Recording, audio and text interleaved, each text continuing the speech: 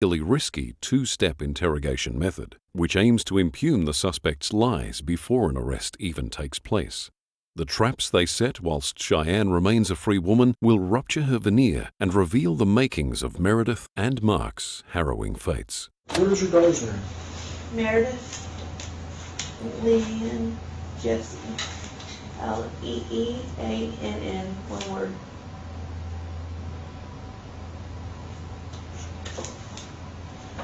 And she's 6? Yes, sir. And who does she live with full time? Me, but my dad was talking about maybe taking her just till school starts. So this last time you dropped her off, y'all were talking about him taking her till school starts? Yeah, until she gets straight, because she behaves better for him. She has oppositional defiancy. Okay. Here we have our first glimpse into the life and personality of 6-year-old Meredith Jessie, Cheyenne's only child. Meredith was diagnosed with oppositional defiant disorder at a very young age, a condition characterized by consistent, uncooperative, and often hostile behavior towards authority figures. It seems that Meredith viewed her grandfather, Mark, as less of a looming authority figure than her mother, Cheyenne. Of course, Meredith and Mark aren't present to ratify such a claim, and the way Cheyenne presents her family will reveal far more about her own character than theirs.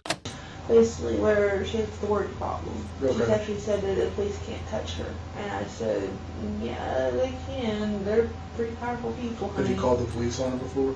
No, I haven't called the police on her before, but I've had her Baker acted. I'm sorry?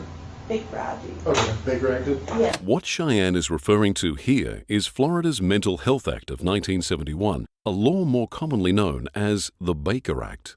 This allows for involuntary admission into psychiatric care if certain violent or suicidal signs of mental illness are displayed. As Meredith's legal guardian, Cheyenne's consent is all that's needed to have her daughter committed. So she got Baker acted when she went to the doctor and they determined that, or? Yeah, she said that I've seen this before and we don't get a handle on it now, and she's seen some pretty worse scenarios. Okay. And that she goes, it's a chemical imbalance also in the brain. Is it, did they say that it's hereditary or anything like that? Or? Okay. Yeah, with her dad having it and my mom having it, and then my grandma has it, and some of my siblings have it. It's interesting to note that while listing such an extensive family history of mental illness, Cheyenne doesn't mention her own. At 8 years old, she was diagnosed with bipolar disorder, a remarkably young age for such a diagnosis, and family members recall violent outbursts such as her strangling another child during an argument. This isn't to say that those with mental health conditions are compelled to commit violent crimes. On the contrary, people with mental illness are far more likely to be a victim than the perpetrator. What Cheyenne's omission reveals is her tendency to offload blame, demonizing others before she'll even consider her own culpability. Keeping this in mind, she will shed a troubling light on her statements moving forward as she describes the day her daughter went missing. But in these missing person cases, the reason why, if you're wondering, the reason why I ask all these questions is because, believe it or not, I've done this job a long time, believe it or not, I need to almost know her whole life and what she does and all that kind of stuff, okay? And so that's why we ask all these questions. So if she was supposed to go to the doctor on the 20th, Yeah. Do you know if she went? I know I don't. They called me and I let them know that my dad was supposed to take her and everything. When did they call you? That day that she wasn't there. Okay. So they called after they apparently didn't show up? Yeah, and I tried calling my dad, and it's like, when I call him, his phone's turned off.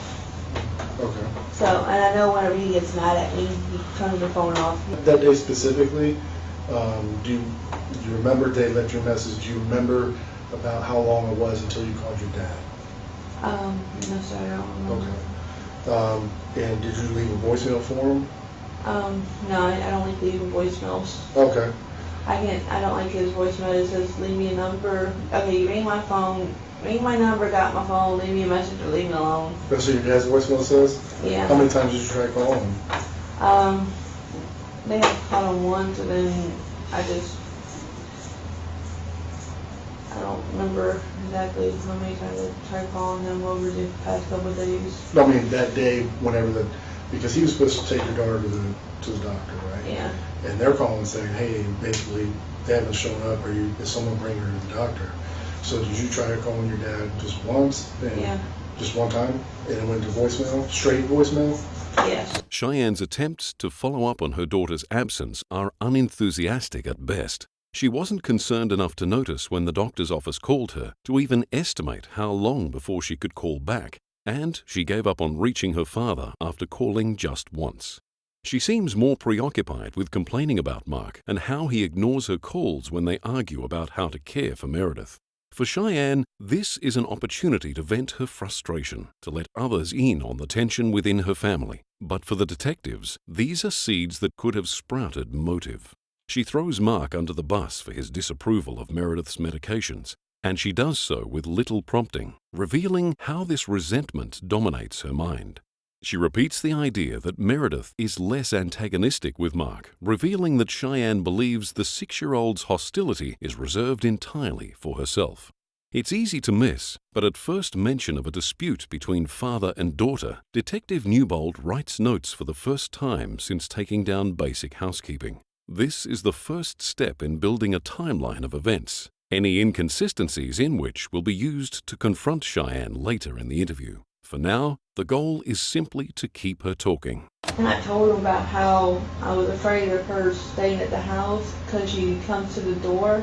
I actually had to lock my bedroom door because she whispers through the door, "Better be glad this door's locked."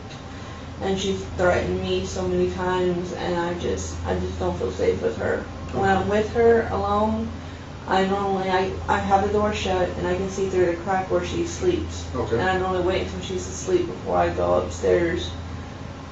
And I removed all the knives and everything from downstairs, but since she's not been home for a week, I've kind of been able to bring my knives back out so I can cook and everything. Okay. So she's hard to deal with. Yeah, I don't understand how to deal with the Right. bipolar or child with disability, so I just tell my dad, well, maybe if I sign my rights away to somebody who would be able to handle her and be able to see if... Especially if they your can- dad's saying that Yeah. she's fine around him, I guess. Yeah. Well, this time when she went to Orlando, where was she, who Baker acted her? Well, she scratched her face up, and so I was like, I went upstairs and told her, I said, give me a second, I'll turn TV on, let me go change into my comfortable clothes, out of my jeans. We just got done seeing my cousins. They came in town. I went upstairs, I came downstairs, and I go, baby, come here. And he goes, what? I said, just come here and look what she did. When you said baby, you talking about Matthew? Yeah, my fiance. And he comes down and goes, what did she do? I said, I don't know what she did. And then she went all kind of just, everything doesn't revolve around me. I'm like, nothing revolves around anybody. Oh, like she wanted attention? Yeah. Okay. And then, I just said, I don't know what to do with this. I don't know what to do. Cheyenne freely admits she doesn't know how to handle Meredith's attention-seeking and her desire to surrender her daughter to those better equipped to care for her. But even if these stories are true, and this desperation contextualizes any harm done to the 6-year-old, it cannot absolve one of guilt. And they've done EEG with her brain. They've sent her to a cardiologist. I found out she does have bicuspid aortic valve, I think is what it's called, so we got 2 valves in your heart instead of 3. Mm-hmm. They said it's nothing to be concerned with, just watch her and everything. So I kind of became I'm overprotective. I don't really let her go outside very much unless I'm out there. Cheyenne has plenty to say about how caring and invested she is as a mother. Yet, when Newbold asks for specifics about the quality of their relationship and what they do together, the examples she offers are darkly at odds with how Cheyenne characterizes herself. Tell me about you and your daughter's relationship. What do y'all normally do together? And I know she has issues. Well, every time I go to try to tickle her, mamas do, Mm-hmm. and try to love on her and stuff, she turns to violent towards me. She's knocked my glasses off, or they've broken up here. Several times she's choked me. It would make more sense for her to bring up brighter memories, but Cheyenne's inability to handle Meredith's behavior preoccupies her mind enough to overwhelm this logic. As she lists how the child has broken her glasses, choked her, and punched her in the stomach, Cheyenne spares little thought for how her daughter feels, of her interests, desires, and goals. Her only concern is what Meredith does to her, how the 6-year-old has wronged her. She actually punched me in the stomach, and I actually started spotting, and I went to the doctor back in April. This was before she got big and This before when now? she got big bractic. Oh, okay. Ever got big bractic, and they said I was pregnant, but I was spotting, and they didn't see the baby, but the tests were positive.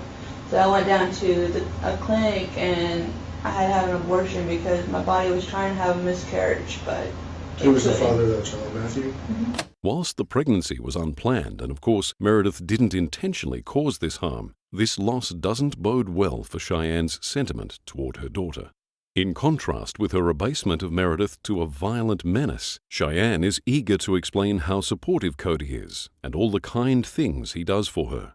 We kind of we just held each other's close and said, we'll work through this. He said, I'm here for you for everything. Her portrayal of each reveals a clearer picture of how she perceives those around her. For the detectives, it imparts potential motive. A lot of her behavioral problems started out when she was in BPK, when she was at A+ Learning Center.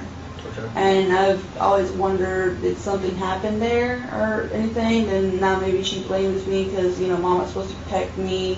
Mama wasn't there. How old was she when she was there? She started going there when she was about a year old, which is when I started getting cash assistance. And I was on food stamps. I'm still on food stamps, but Is Matthew on food stamps as well? no. Okay. I just haven't updated my food stamps yet. How would you classify on a scale of 1 to 10, 10 being the best? How is you and Matthew's relationship?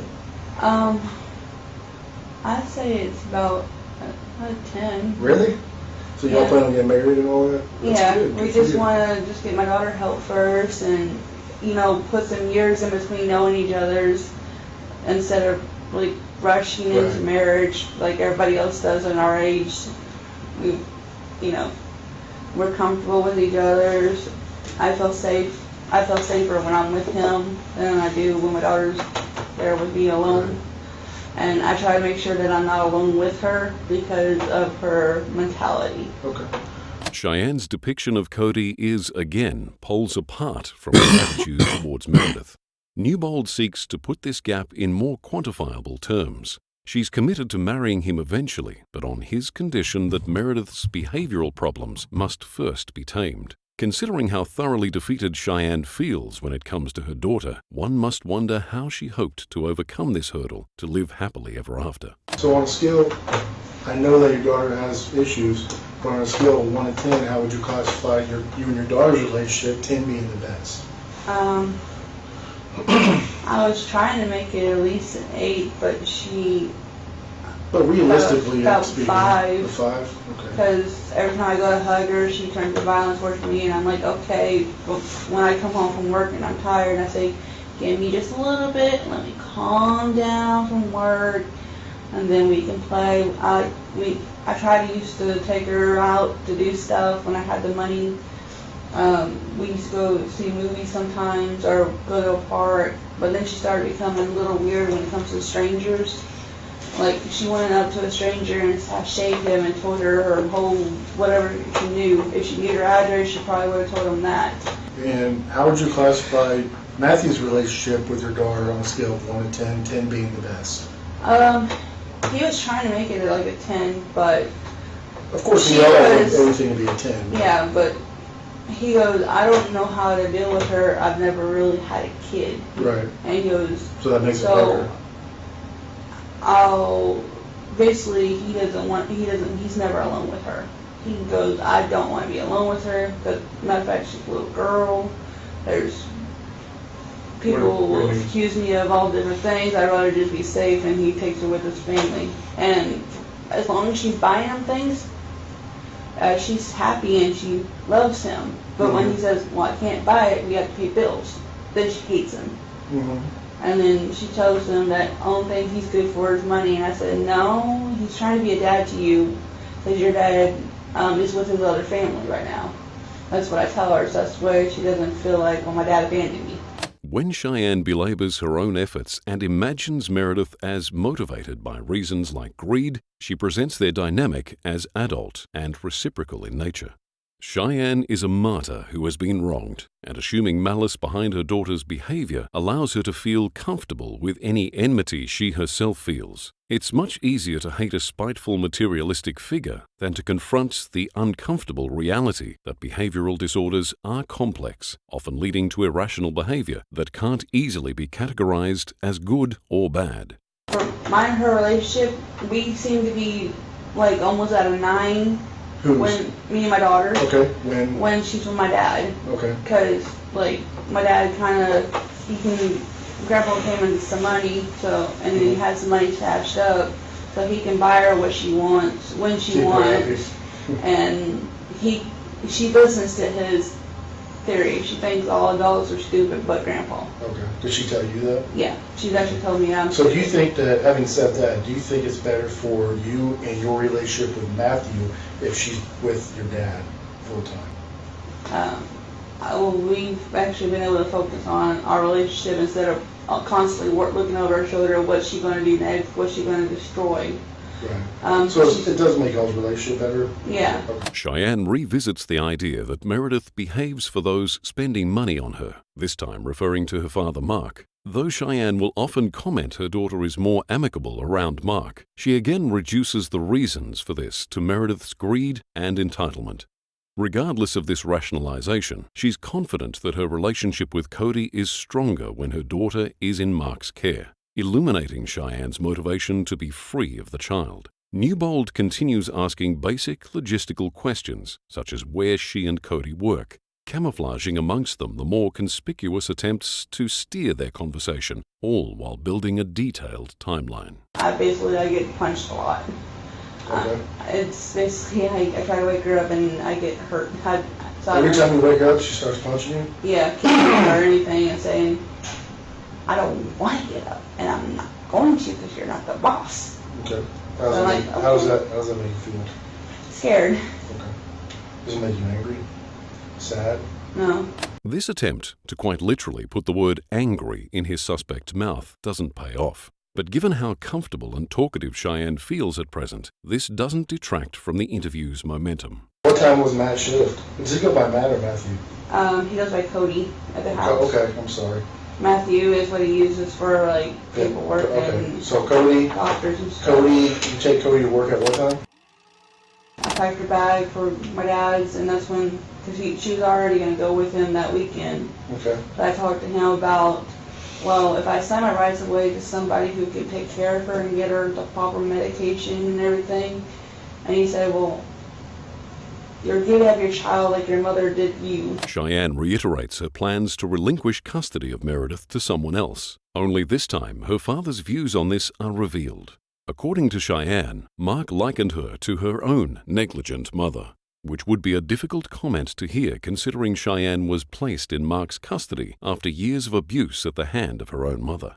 Just as Cheyenne fears the damage Meredith could inflict on her relationship with Cody, this point of contention between her and her father will inform Newbold's line of questioning. So the phone rings, something picks up, the phone picks up. Yeah. Right? And he wasn't talking to you, it sounded like he was doing something? Yeah. Okay, what did you hear in the background? I don't know what your mother sees is wrong with you. Okay. And then, I think my dad's been back talking to me behind my back. My kid, his wife, she's probably also. okay.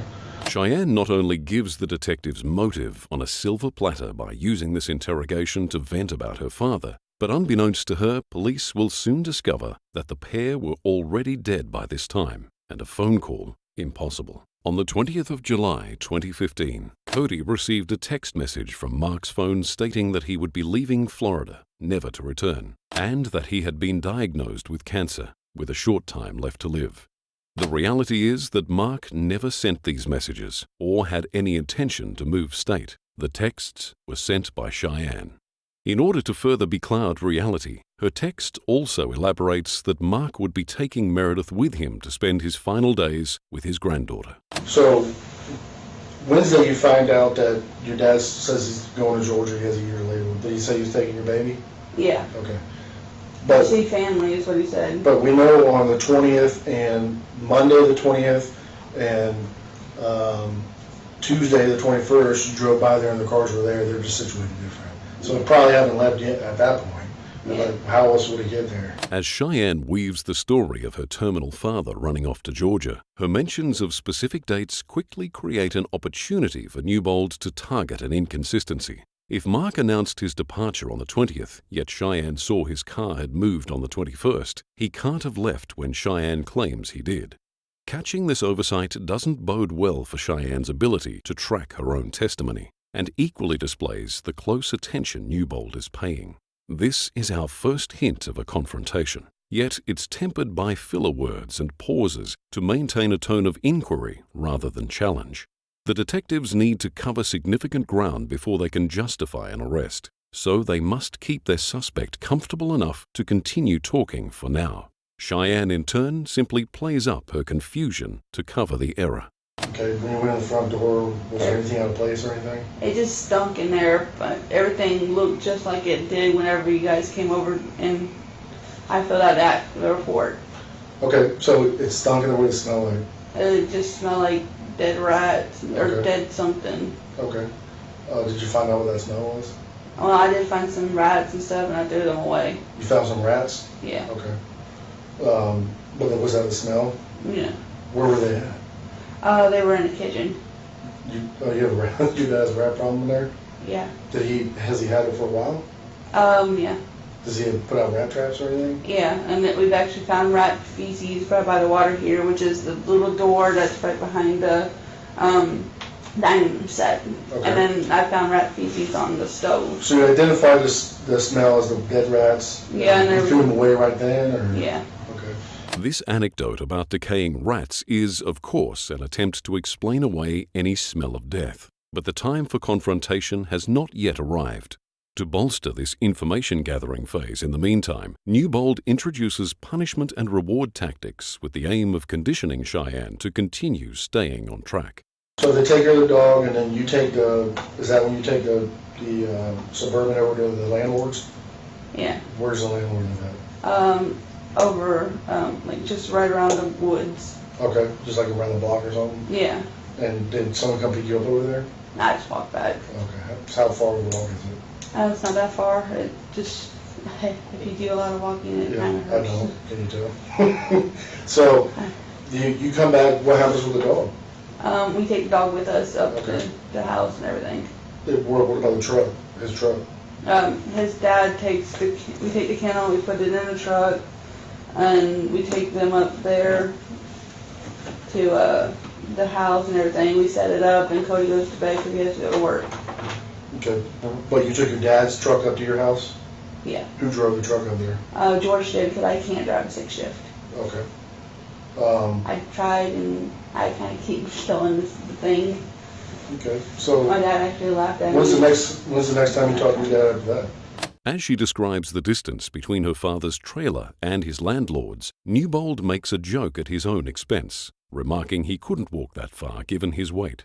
This short quip erases the tension between suspect and detective, a mental relief that Cheyenne might earn again if she remains in Newbold's good graces.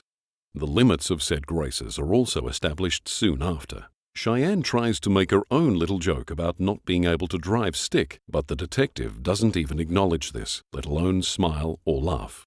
The message is clear. Newbold will make Cheyenne more comfortable when she bows to his control over the conversation, and just as easily unsettle her should she stray even a little. I'm getting frustrated because I'm like, I don't know what to do, and Right. he's calmed me down several times and say, hey, look, calm down because you can't focus on everything if you're like fluster buzzard. Huh? Fluster buzzard, Okay. flustered. Okay. What did you go get out of the house? I got picture frames, like family pictures and stuff. I got some of his tools. That's the way, like, that was my grandfather's, he said.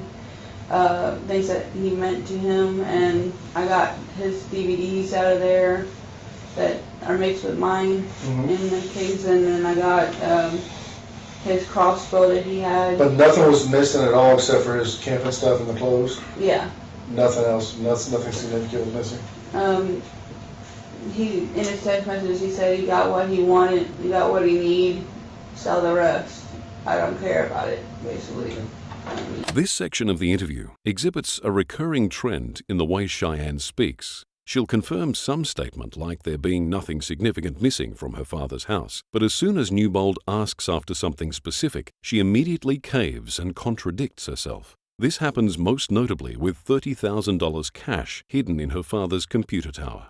What about this $30,000? Is that there? No, the tower was missing too. Oh, okay. The tower that, Is that pretty significant? yeah, like my dad, I asked him about it, he goes, I don't know what you're talking about. And the fact that a revolver is missing from his gun collection.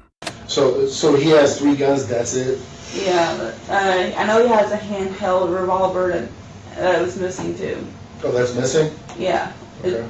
Like, I just figure, okay, well, he takes it with him because he always keeps it in his pocket. Okay. On some level, Cheyenne knows that it's suspicious these items are missing, so she won't readily offer this information. At the same time, she seems unsure what she can get away with concealing, and Newbold is learning it doesn't take much pushing for Cheyenne to reveal something she's hidden by omission. You found a what? A raccoon? Yeah. A dead one? Yeah. Underneath the house? Yeah. How'd you find that under the house? Why'd you look under there? Because I was trying to figure out where that smell was coming from. Okay. I looked around right there, I cleaned up dog shit. But it wasn't dog shit. That smelled that bad. Yeah. So the rats were dead in the kitchen, Yeah. and there was a dead raccoon under the house. Yeah. Okay. Newbold makes another underhanded challenge to Cheyenne, expressing doubt that the intense scent of decay can be explained by feces, though he won't yet question the conveniently decomposing raccoon. This is obviously a more plausible source of the smell, so first he must acutely interrogate and find fault in the logistics of Cheyenne's story. But moving this carcass isn't the only cleaning that begs questioning. Was the house pretty clean though? Did you do any cleaning? No, sir. Okay. I sprayed the floor with roach killer spray. As with her father's missing items, Cheyenne seems sure that she did no other cleaning until Newbold presses her. Yet even this account of the war she's waged on insects and rotting meat doesn't quite capture the gut-churning scene that police encountered at the trailer. Exhausted cans of air freshener littered the residence, impotent against the overwhelming smell of decaying flesh. Flies swarmed over piles of rodent feces, and dark stains marred the furniture and timber flooring. Cheyenne will try to dismiss each facet of this foul sight, every excuse as nonsensical as her raccoon spiel. Did you notice anything else in the house that didn't look right?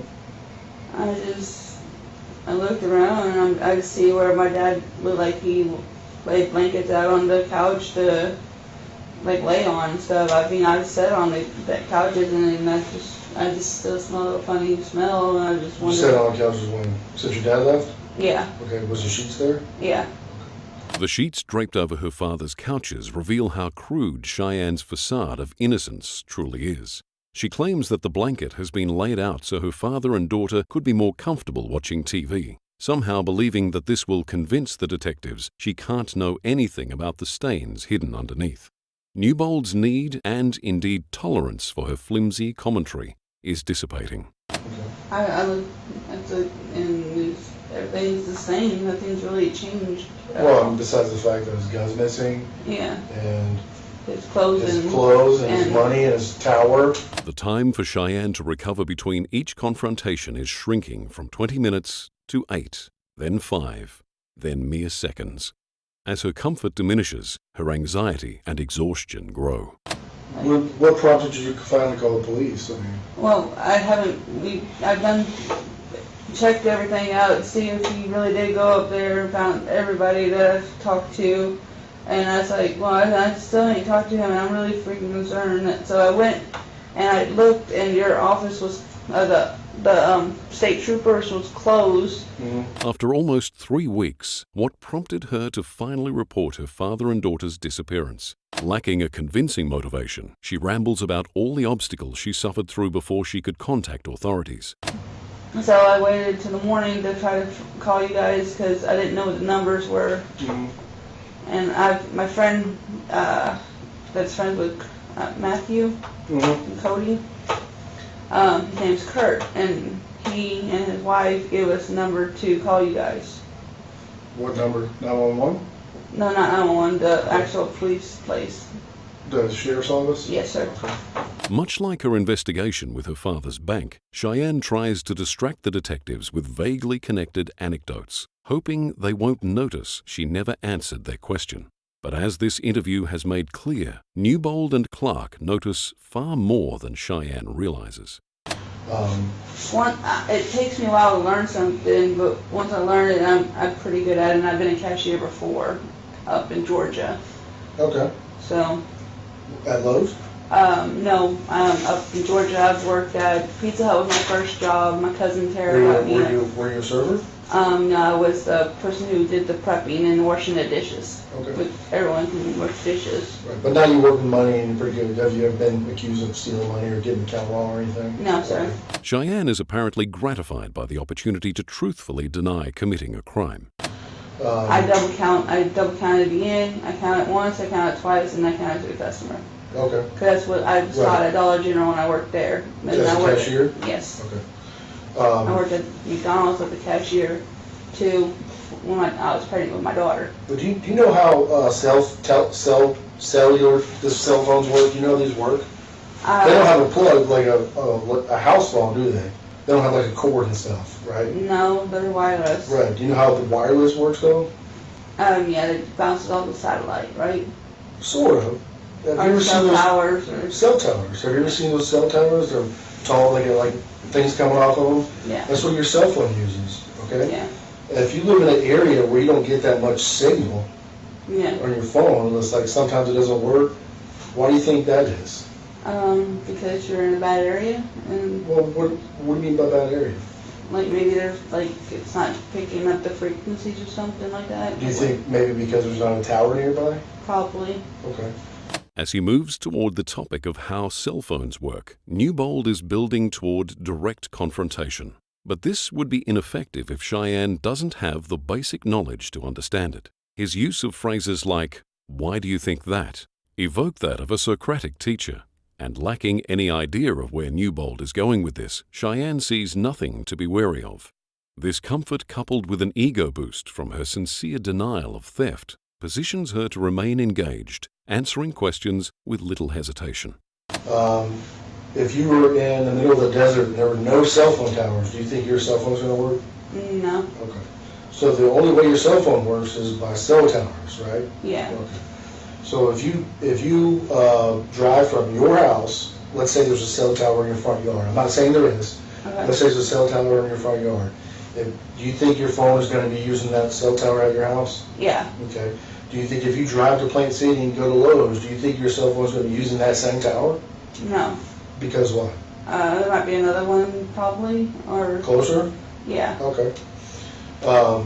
So My dad explained it to me. he did? Yeah. Why did you do that? He wanted me to learn.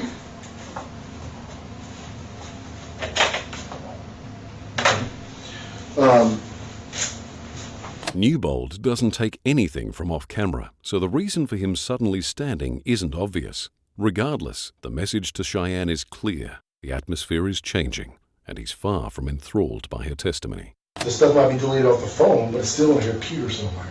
See what I'm saying? Yeah. Like if I text him a bunch of stuff. Yeah, I You know? found that weird that all of his text messages were kind of blank, and I have been, like, Josh said that he's been seeing this guy rides down the road with a bicycle too. What is it? Where? What do you mean? Like, every day there's the guy that rides down the road in a What bicycle. road? Drainfield. Okay. What does that mean? I don't know, I was just thinking that, Well, that guy that you just said has nothing to do with this case. yeah. Right? Zero. That guy doesn't exist.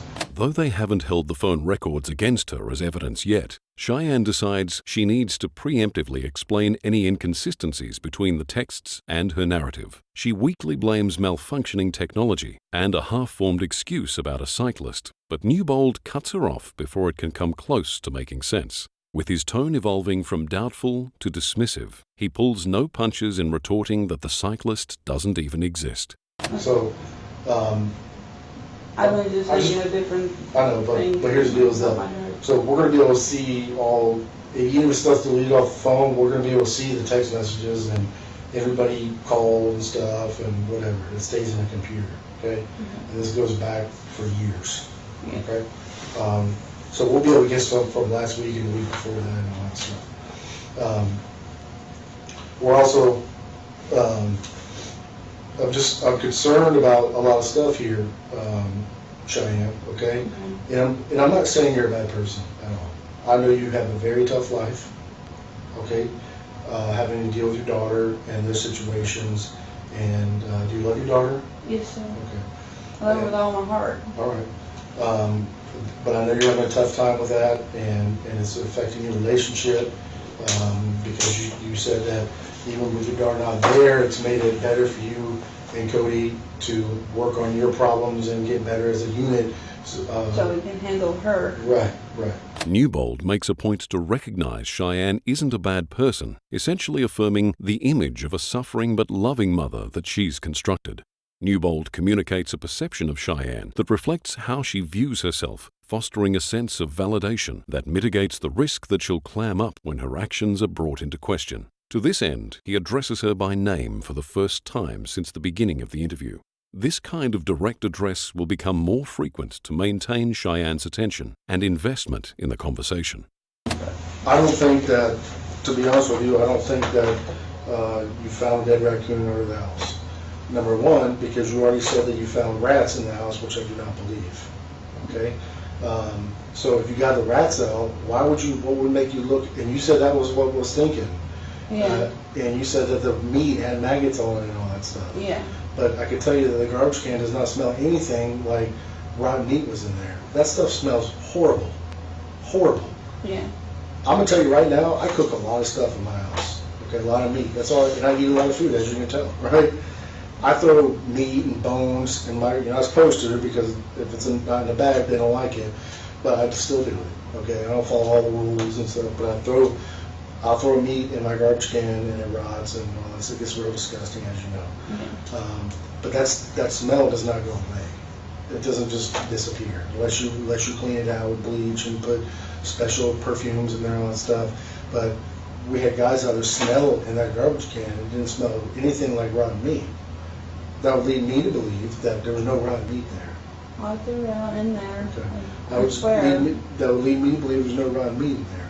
When Cheyenne insists she threw out rotting meat, Newbold barely acknowledges her before repeating his challenge verbatim. From here on, he'll no longer take her at face value, and feebly reciting her lies will earn her nothing but interruption and criticism. Newbold will accost even small lies, as debunking the existence of rotting meat or a dead raccoon forces Cheyenne to confront why she's lied in the first place. Do you think the rats just happened to die there right when your dad left? Do you think your dad's going to be in the house with dead rats with your daughter? Doesn't your dad love your daughter? He made it perfectly clear, according to you, that he wanted to spend his last year of his life with his granddaughter. Yeah. Why would he have her walking around with dead rats in the house? That's because that's not what happened. That's not what happened. I know why you got the bug killer and the cleaners. And I know that the house was cleaned up. And I know that your dad did not put those sheets on the couch. I know that. That's impossible. That's impossible. Because what's on that couch, if what's on that couch would have went through those sheets. So the sheets weren't just been, you know what, you see what I'm saying? What's on that couch, if your dad had sheets on there, if your dad had sheets on the couch and something happened, that's going to be on the sheets, okay? I'm telling you right now, I just need you to be honest with me. I don't think you found a dead raccoon, okay? I really don't think that. I think you were probably near under the house, but I think that you know where your dad and your daughter is. And if you say that you don't now, but later on we show that you do know, that doesn't show any love whatsoever in my book, regardless of what happened. If you have no remorse whatsoever for anything to do with their disappearance, that makes you look bad. That makes you, people will be like, she don't care about them. She doesn't love them. But people make mistakes all